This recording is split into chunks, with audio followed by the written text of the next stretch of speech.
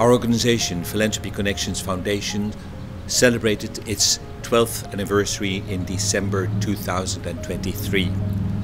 A lot has happened in the 12 years of our existence. We started as an organization that empowers people.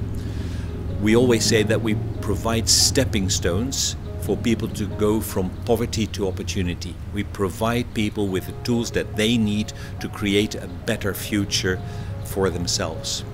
Now, we kept on doing that for 7 to 8 years. And then COVID happened. And during COVID, many people in Chiang Mai and in the provinces lost their jobs, lost their livelihood, and the situation for many was desperate. They had nothing to eat. So what we did, we started providing meals and food packages to people in Chiang Mai and in the provinces. So from being an organization that would concentrate, that would focus on empowering people, giving them the support that they needed to build a better future for themselves, suddenly what we were doing was helping people to stay alive. Totally different from what we had done before. Now COVID is past us. Fortunately, people got back to work and provided for themselves again. But then what happened in Myanmar was another instance where we had to do something. Armed conflicts, making the life for many people an absolute disaster.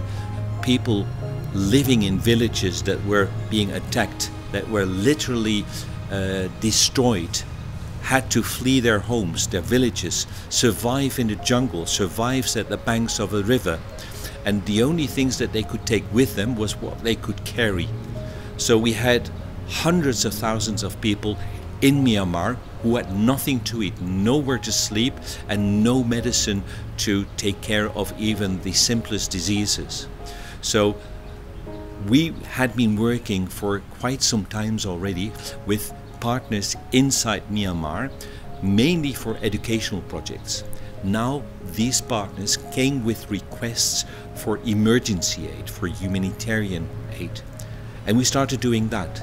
We started giving food, water purification tablets, water filters, medicine and tarpaulins so that people had something to sleep on and under. The situation in Myanmar is unknown to many people in the West, but we are confronted with video images, with pictures that are even too hard to describe. The situation for many of the children and the most vulnerable people is indescribable. So our organization, focusing first of all on empowering people, giving them the tools to create a better future for themselves, suddenly was faced with human misery. And looking at those images, looking at those video images and the photos, and being faced with requests from our partners to please help, we could not say no. Now normally what happens at the end of a year, we would have financial reserves that could help us to keep on financing, supporting our regular projects for at least 3, 4 or 5 months if all our funding would stop. Now what happened was that we used those reserves for people in the most desperate need. We bought medicine, we bought food, we bought tarpaulins in order that the people in these circumstances could survive. What that did for our financial reserves is clear. We are faced with a situation that we hardly have any of those reserves. So our situation is such that now more than ever we need the help of our partners, because we want to continue doing what we have been doing for 12 years already.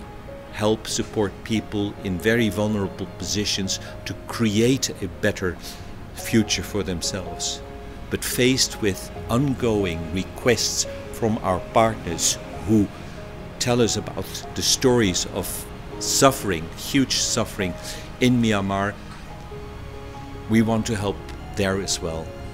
So we have to make choices that we don't want to make. What can we do? What can we not do? And it is our